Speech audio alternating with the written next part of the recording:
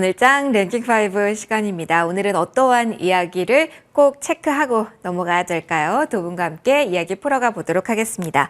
RBK 투자증권 영업부 박근영 부장, 헤르메스타 하창환 본부장 나와주셨습니다. 어서 오십시오. 안녕하세요.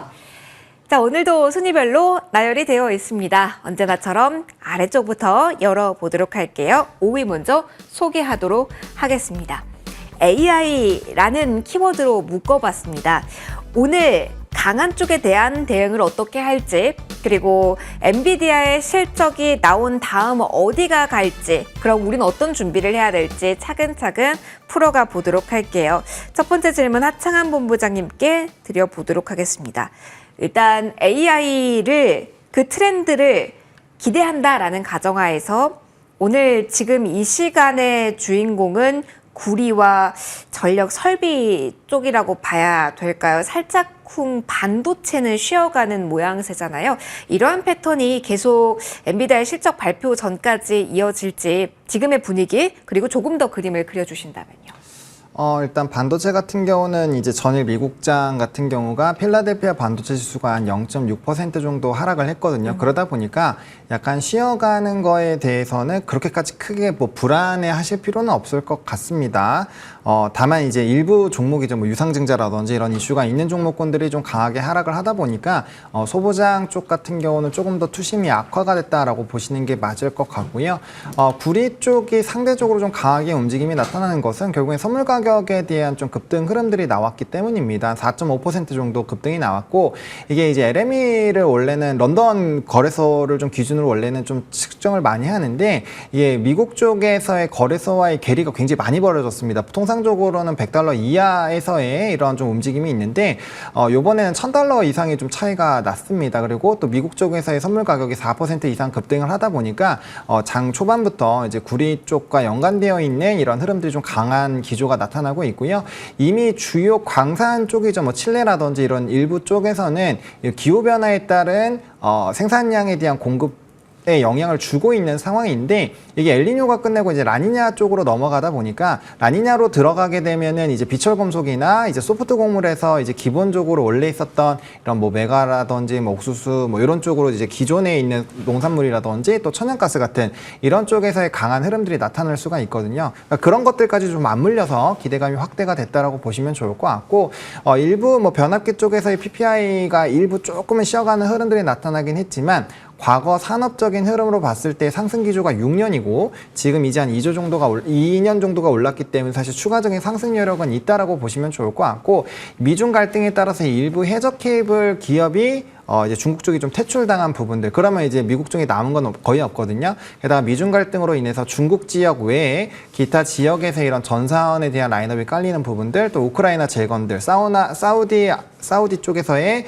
이런 네옴시티 이벤트, 그리고 재생에너지 관련된 부분들, 뭐 이런 전방위적인 부분들을 본다라고 했을 때 구리에 대한 수요가 계속적으로 늘어날 수밖에 없는 상황이고, 또 과거에 광산에 대한 투자가 좀 진행이 한동안 안 됐거든요. 왜냐하면 경기 자체가 그렇게 좀 세지 않았고 구리에 대한 수요가 그렇게 크지 않았기 때문에 해당 부분을 좀 줄여놓은 상황인데, 지금부터 그거에 대한 투자를 늘리는 방향으로 가더라도 사실 생산량이 바로 급증하기는 어려운 상황이기 때문에 그런 이제 수요와 공급단에 대한 정말 다양한 부분이 좀 엮여 있다라고 보시면 좋을 것 같고, 거기에 이제 기름물을 부은 게 AI 데이터 센터에 대한 수요 확대에 따른 전력에 대한 쇼티지가 계속적으로 부각이 되면서 지금의 시세들을 좀 만들어 나가고 있다라고 보시면 될 것 같습니다. 그래서 최근에 좀 급등이 강하기 때문에 일부 비중 조절을 하시면서 쫓아가 보실 필요는 있지만, 지금 산업의 사이클들 그리고 이제 구리 가격의 상승 기조들을 봤을 때 추가적인 룸은 좀 남아 있다라고 보고 있고요. 또 일각에서는 구리 가격이 좀 어느 정도 올랐기 때문에 이제는 조금 어느 정도 찼다라는 얘기들도 일부 나타나고 있기 때문에, 그런 얘기가 나올 때마다 좀 탄력도가 둔화가 된다거나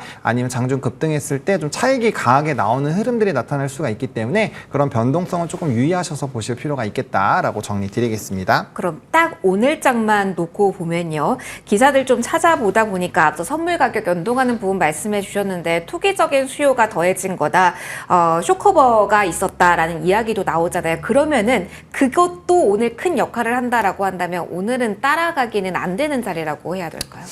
아무래도 조금 부담스러울 수는 있죠. 왜냐하면 이제 5일 이평선과 이격이 정말 크게 벌어지는 상황이거든요. 뭐 대표적으로 LS 같은 경우는 지금 5일 이평선 전거래래도 조금 이제 갭이 많이 벌어지다 보니까 장 막판에 좀 윗꼬리를 많이 달았는데 구리 선물 가격 급등에 따라서 그 고점 라인을 좀 돌파하면서 이격이 벌어졌기 때문에 상당히 많이 벌어져 있습니다. 그러니까 이런 부분에서 사실 바로 현재가에서 좀 추적을 하기엔 좀 쉽지는 않죠. 대신에 LS 전선 같은 경우가 가동률이 지금 100%로 굉장히 좀 활발하게 진행이 되고 있고 공급에 대한 흐름들이 굉장히 부족하다라는 내용의 기사도 오늘 나와 있거든요. 그래서 분명 산업상으로 굉장히 가파르게 상승을 하는 것은 맞지만 그 부분에서의 분명 속도 조절은 좀 필요하다라고 보고 있고요. 우리나라 변압기 같은 경우는 HD 현대일렉트릭을 제외하고 LS 일렉트릭이나 효성중공업 같은 경우 특히나 효성중공업은 PER 수준을 본다면 글로벌 피어 그룹 대비했을 때 굉장히 낮습니다. 하지만 전선 같은 경우는 우리나라가 사실 해외에 있는 글로벌 피어 그룹들 대비했을 때는 50% 정도 프리미엄을 받고 있는 상황이거든요.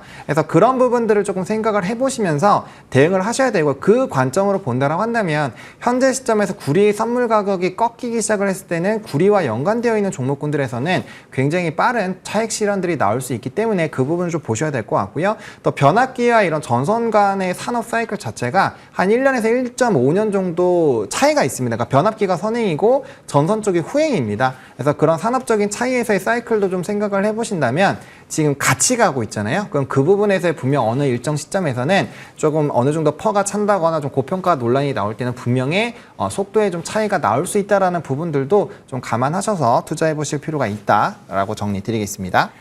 타이밍이 정말 본부장님 어려운 것 같아요. 그래서 두 분께 오늘 이 자리에는 같은 질문을 짧게 드려볼게요.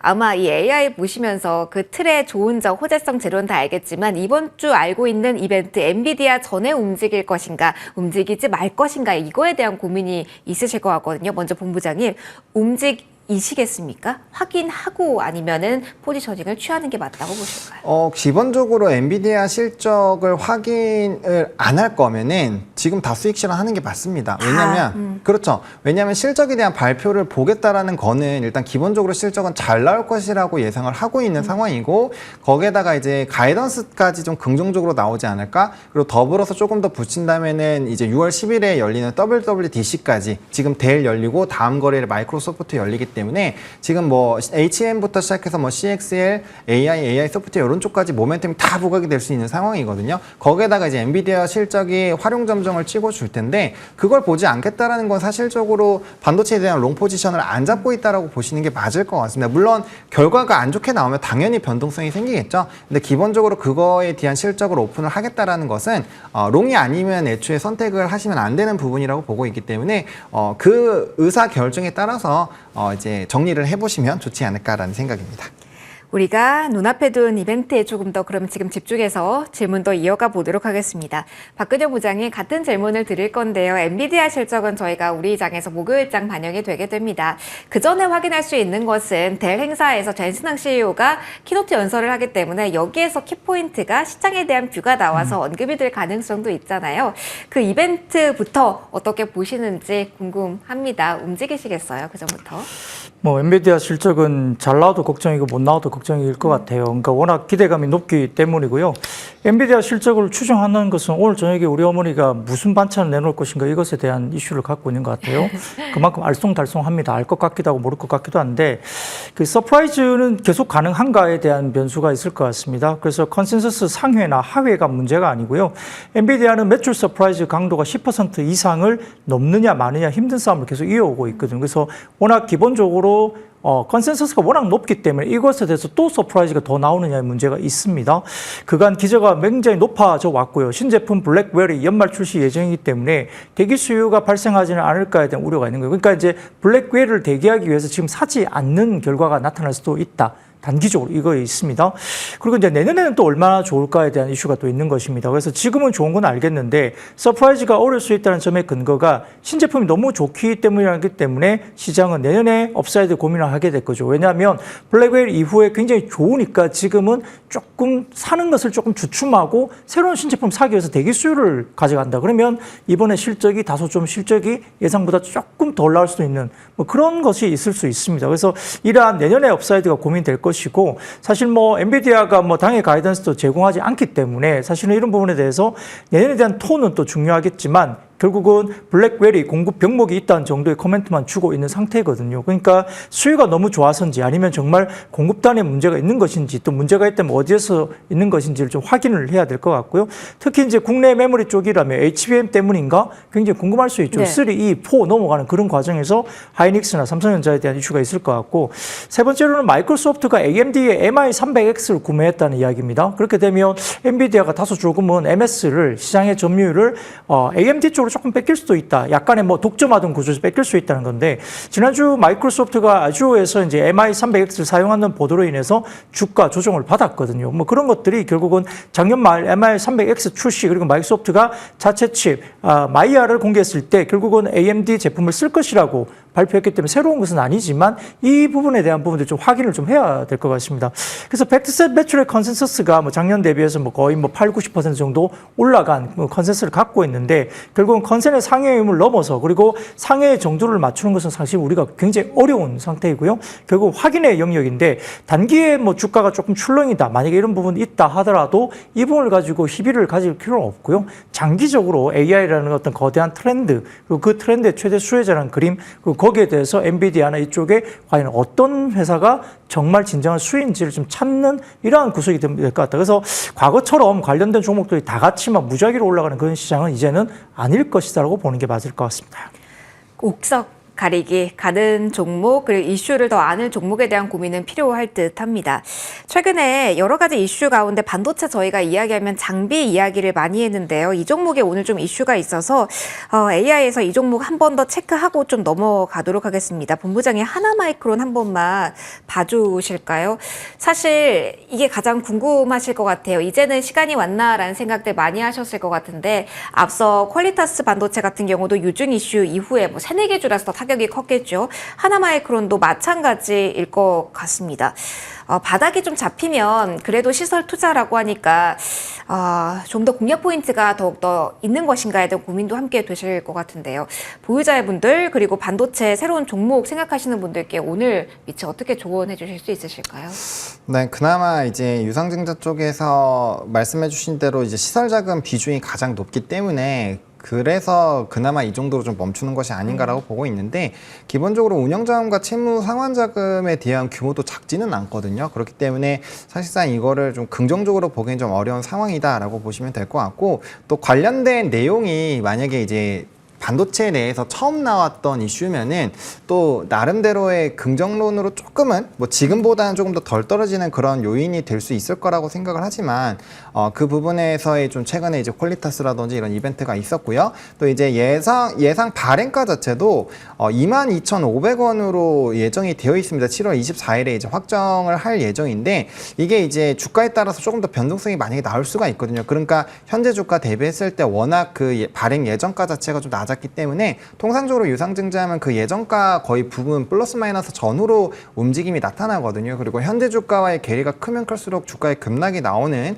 그런 일부 경향이 있기 때문에 뭐 삼자 배정이나 이런 거 논외로 했을 때 그런 움직임이 나타나기 때문에 뭐 지금 정도의 일단 움직임이 나오는 것은 크게 뭐 엄청 하락은 한 건 아니다라는 부분을 해석이 가능할 것 같고요. 다만 현재 가격대 수준이 이전에 2023년 6월, 7월, 8월 라인에서 거래량 동반해서 뚫었었던 라인까지 빠졌기 때문에 만약에 이 유증가 22,500원 라인들을 좀 이탈을 하면서 추가적으로 이게 하락 포지션이 만들어진다라고 했을 때는 하방이 굉장히 좀 크게 열릴 수도 있을 것 같습니다. 그래서 거기에 따른 좀 비중 조절이라든지 대응 전략은 반드시 세우시면서 끌고 가셔야 되지 않을까 정도로 일단 해석을 해보겠습니다.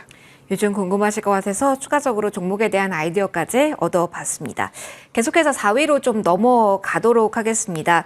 그동안 소외됐던 쪽에서 그리고 미국만 바라보면서 움직인 종목군들이 시장에 많았는데 이제 중국발 모멘텀 부양에 대한 기대 갖고 움직이는 쪽이 많습니다. 4위 이야기를 해볼 건데요. 중우장대라고 했습니다. 그러니까 크고 무겁고 제조업 이야기를 하는데 우리는 화학 해운 조금 더 포커스 맞춰서 이야기를 해볼까 합니다. 부장님과 이야기 좀 시작해 볼게요. 화학 섹터가 최근에 꿈틀꿈틀합니다. 중국의 부양책 이야기가 나오면서 내수를 살리겠다라고 하잖아요. 그런 의미에서 화학주에 대한 반란을 기대하시는 분도 많으실 것 같아요. 그 네. 기대감을 키워도 되는 걸까요? 아니면은 아직까지 반짝 기술적 반등 구간에서의 움직임이라고만 봐야 될까요?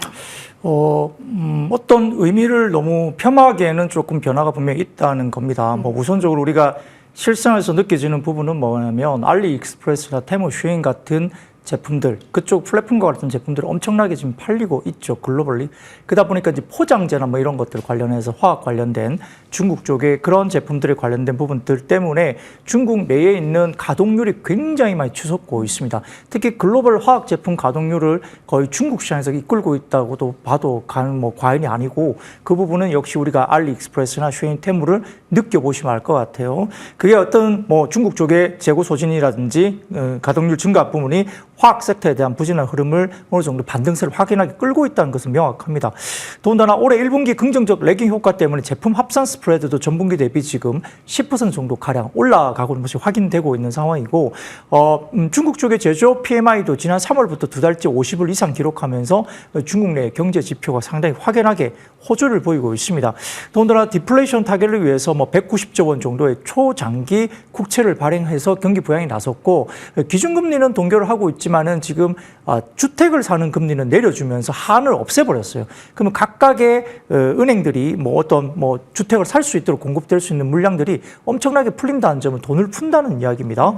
그래서 이제 이구 완신 관련된 시장 내수 회복을 위한 또 정책까지도 이야기되고 있는데 결국은 이 부분을 통해서 중국의 이구 완신을 고려한다면 화학 업종이 정유 태양광보다 모멘텀상으로는 오히려 더 좋을 수 있어요. 워낙 낙폭 과대에다가 지금 빈집이거든요. 외국인 기관이 조금만 사주기 시작하면 확 튀어오를 수가 있는데 그렇더 중국 중심의 부분을 봐야 되는데 근데 범용 제품인 NCC 쪽은 좀 아직은 아닌 것 같고 오히려 지금 보면은 타이어 수요 회복세 때문에 결국 전기차 쪽의 타이어 회복세 그리고 리타이어의 세일즈 그런 것들이 상당히 좋아지면서 공급 부담이 적은 합성 고무라든지 천연 고무 그다음에 타이어 코드 이런 이야기가 나오고 있습니다. 그렇기 때문에 결국 수요 회복이 되면 어디가 좋겠습니까? 금호석유라든지 그다음에 효성 그룹들 뭐 효성 이런 것들 첨단 소재 효성 이런 종목들 TNC 이런 관련된 종목들이 결국은 최근에 좀 각광을 받을 수 있는 화학 섹터로 볼 수 있겠고요. 전체적인 뭐 대한유화나 롯데케미칼은 조금 덜 나빠지는 정도의 바닥권 형식에서 어느 정도 기술적 반등 정도는 따라올 수 있겠지만 아까 말씀드렸던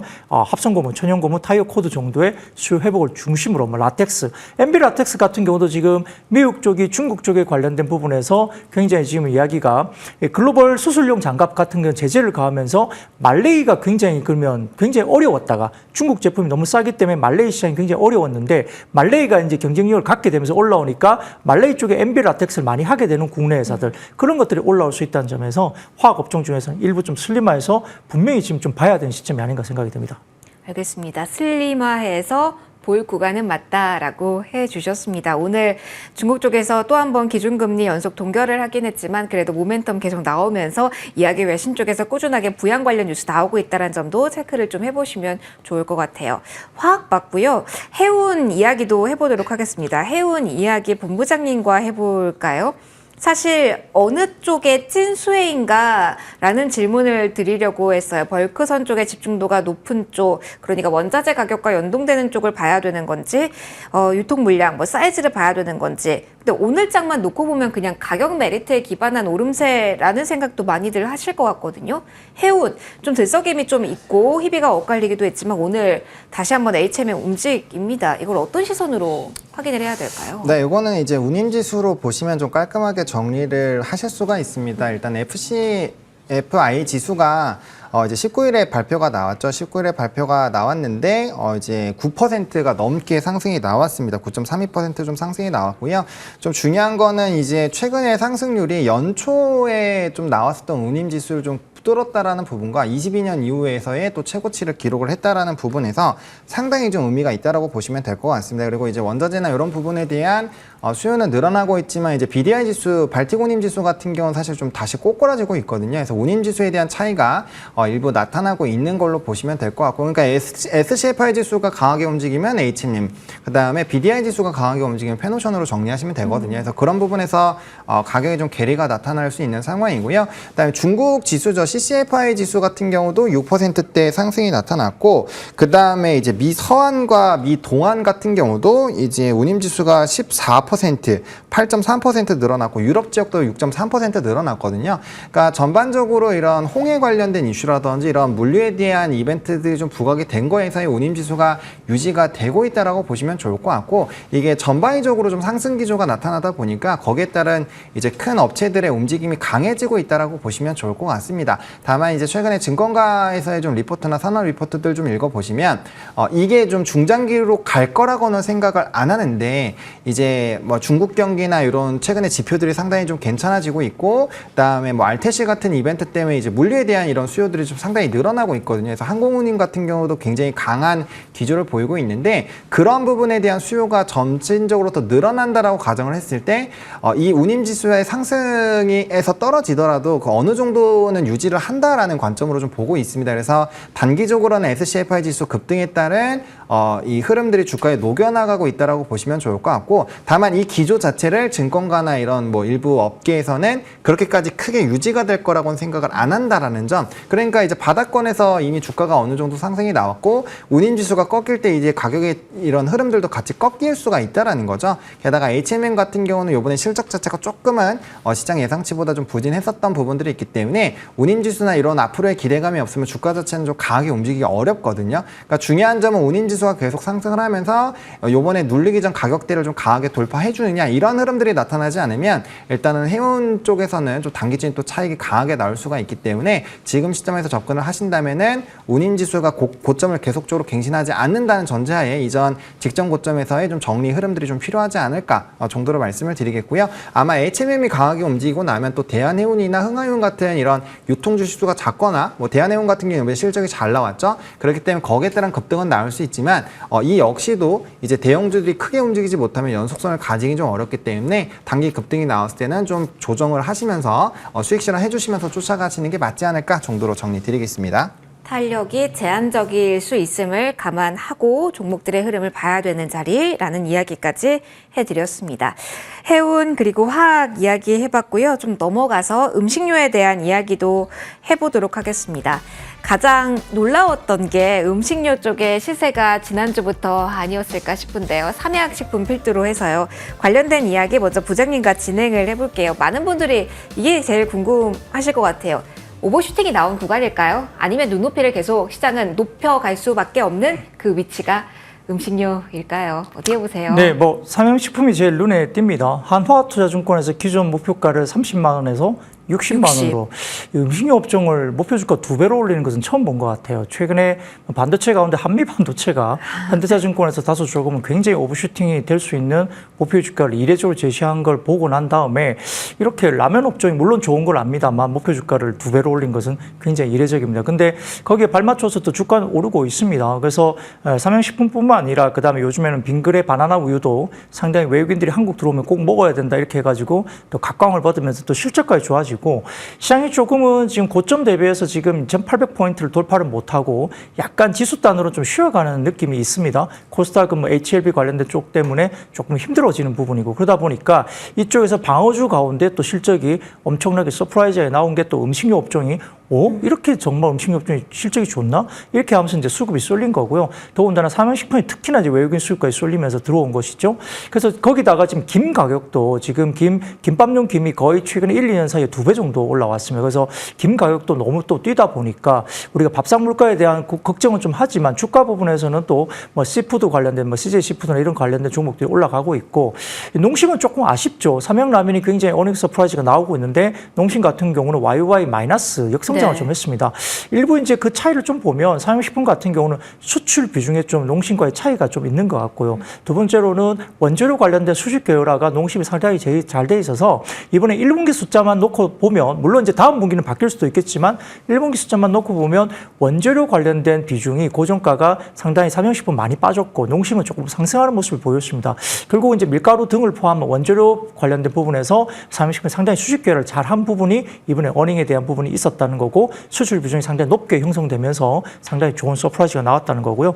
단기적으로 뭐 기술적으로만 놓고 본다면 아무튼 너무 많이 급등했기 때문에 여기서 뭐 신규로 지금 삽시다 말씀드리기는 어려우나 음식료 업종 같은 경우 이렇게 만약에 다른 곡물들 그러니까 지금은 커머디티 가운데 뭐 금, 그다음에 구리, 니켈 이런 광물들은 많이 올라가지만 다른 기본적인 원자재 같은 경우는 코코아 같은 경우도 급등하다가 지금 급락을 하고 있죠. 원당 같은 경우도 작년에 급등하다가 또 빠지고 있죠. 그러니까 기본적으로 밀가루라든지 뭐 다른 것들 최근에 콩 이슈가 브라질 홍수 때문에 조금은 올라가기도 했지만 샘표나 이런 종목들이 좀 움직이기도 했지만 기본적으로 다른 원자재, 식품 원자재들은 조금 하향 안정화되는 부분이 보인다면 결국 원재료가 빠지고 총선 이후에 다소 좀 가격 인상 분위기가 또 음식료 쪽에 나타나기 때문에 가격 스프레드를 충분히 구가할 수 있고 이러한 어떤 원가율에 대한 부분들은 3개월에서 6개월 뒤에 반영이 되기 때문에 하향 안정화된 부분들이 결국은 하반기에 진행이 되고 가격을 좀 올리는 부분 그러면 이제 스프레드가 벌어지면서 실적을 좋아질 수 있는 그런 구간이 될 수 있습니다. 그래서 기본적으로 과거에 오리온 같은 경우도 초코파이가 국내에서만 팔면서 아주 낮은 밸류를 받다가 중국 등을 포함한 러시아 쪽을 포함해서 수출 지표가 강하게 반등이 되니까 내수주로 진행되던 멀티플을 수출주로 멀티플을 확 올려주기니까 목표 주가 확 뛰어버리는 그리고 주가도 실제 그때 많이 올랐고 급등을 했기 때문에 음식료 업종에서 또 새로운 그런 부분들이 역시 K푸드 우리가 이야기하고 있는 뭐 김이라든지 그다음에 우리가 이야기하고 있는 뭐 우리가 바나나 우유 그다음에 라면 이런 것들이 결국은 K컬처를 통해서 수출 비중이 상당히 늘어난 점 그리고 지금 밀양 같은 부분에 아마 사용식품 관련된 부분에서 캐펙스가 많이 늘어나는데 사용식품만 놓고 나면은 1분기 수출에서 늘어난 것이 결국은 전년비 1,300억 원이 매출이 늘었는데 핵심적으로 늘어난 게 북미가 520억, 중국이 610억, 유럽이 180억, 동남아가 210억 정도 증가했습니다. 2분기를 예상해보면 월마트와 에스닉 채널로 입점이 시작되면서 2분기 흐름이 더욱더 강화될 수 있고요. 중국 같은 경우는 춘추레이에서 6.18 행사가 또 있기 때문에 더 늘어날 수 있습니다. 동남아에서는 인도네시아가 올해 신규 수주가 추가되면서 고성장세가 또 됐기 때문에 2분기만 놓고 보면 삼양식품이 수출액만 3천억 원을 넘을 것으로 좀 추정이 됩니다. 그러면 2분기 숫자도 굉장히 어닝이 좋을 걸로 보이기 때문에 당분간 단기 상승에 따른 좀 쉬어감이나 약간의 눌림이 있을지 모르겠지만 2분기 실적 기대감까지 좀 더 바라볼 수 있다면 사실 긍정적인 흐름이 나올 수 있고요. 이런 것들이 결국은 다른 음식료 업종에도 상당히 좀 긍정적인 흐름이 나올 수 있다. 그런데 특히 우리가 보는 라면, 김 이런 쪽으로 볼 수밖에 없다. 볼 수 있겠습니다. 지금 당장은 아니지만 계속해서 지표 그리고 영업이익률 같이 꼼꼼하게 이쪽 섹터는 관심 있게 봐야겠네요. 다음 이야기로 넘어가도록 하겠습니다. 일단 열기는 저 PBR로 이야기를 해볼 건데요. 일단 이 부분부터 이야기를 하고 싶어요. 본부장님 사실 저희가 음식료 본부장님과 따로 이야기를 안 하게 됐지만 경기 방어주라고만 생각을 했잖아요. 그런데 수출 모멘텀으로 이만큼이나 그리고 금융도 개인분들이 손이 안 나가 그건 내 타입 아니야 라고 생각을 하셨을 텐데 밸류업타워 그 누구보다 안정적인 상승세를 구현하고 있거든요. 그래서 그전에 있었던 선입견을 다 뒤로 하고 밸류업의 찐 수혜주를 지금이라도 금융섹터로 잡고 봐야 되는지 일단 여기서부터 출발을 해보도록 할게요. 개인분들도 이제는 봐야 된다라는 강력한 신호가 나왔을까요? 워낙 뉴스는 쏟아지고 있어서요.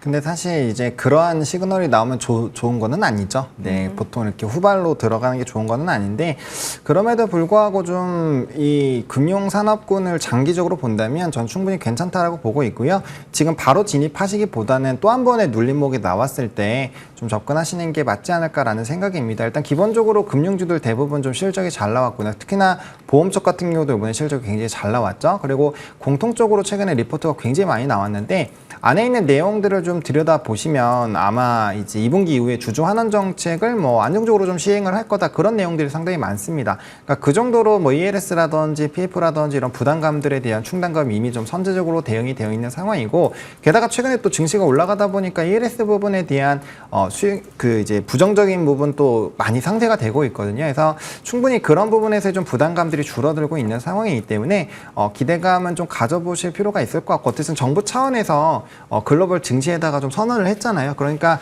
그 기조 자체가 조금은 느리거나 아니면은 뭐 정책이라든지 이런 흐름들에 좀 지연이 될 수 있겠지만 어쨌든 방향성 자체는 계속적으로 이제 밸류업을 하는 방향으로 간다라고 생각을 하고 있기 때문에 그런 부분에서 본다면 지속적인 관심이 좀 필요하지 않을까. 이 장기 레이스로 이제 뛰어야 되는 시기가 왔기 때문에 급하게 보실 필요는 전혀 없고요. 장기 마라톤의 관점으로 보시지 않으면은 그렇게 보시지 않을 거면은 굳이 안 하셔도 괜찮을 것 같다라는 생각이 듭니다. 이것만 짧게요. 자동차마저도 그런가요? 아니면 자동차는 조금 다른 논리도 가능할까요? 자동차도 비슷합니다. 왜냐하면 자동차가 물론 실적이나 이런 흐름으로 봤을 때 말도 안 되게 싼 가격에서 움직임이 있지만 그랬었던 과거의 흐름들이 뭐 하루 이틀 있었던 거 아니죠. 근데 결국에 자동차가 상승 트리거가 크게 나왔던 거는 밸류업에 대한 영향을 안 받았다고 보기 어렵기 때문에 그런 관점에서 본다면 이 자동차 쪽은 투자하실 때 두 가지를 동시에 봐야 되는 겁니다. 이제 밸류업 관련된 부분들과 수출 데이터 기조가 꺾이지 않는 두 가지를 동시에 봐야 되기 때문에 오히려 과거보다는 조금 더 보시기가 어려워진 상황이다라고 보고 있고요.